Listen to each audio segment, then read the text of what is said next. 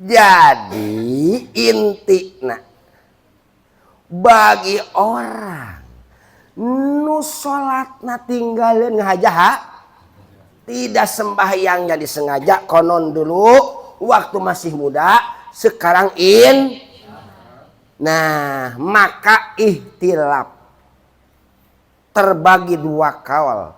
Kaul pertama haram melaksanakan kegiatan sunat jarah salat sunat id salat sunat tarawih haram.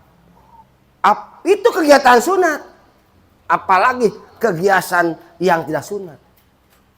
Nurutkeun kaul kahi dadohir aya muqabalahna.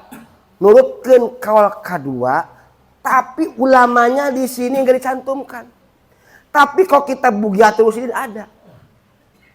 Kata ulama yang kedua, sulit orang ahli fikih kalau begini. Capek. Orang nggak akan mampu.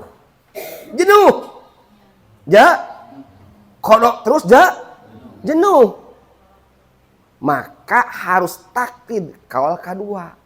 Nah, sembahyang sunat boleh. Sah. Ngobrol boleh. Karena jenuh. Cuman kodok harus punah sebelum mati.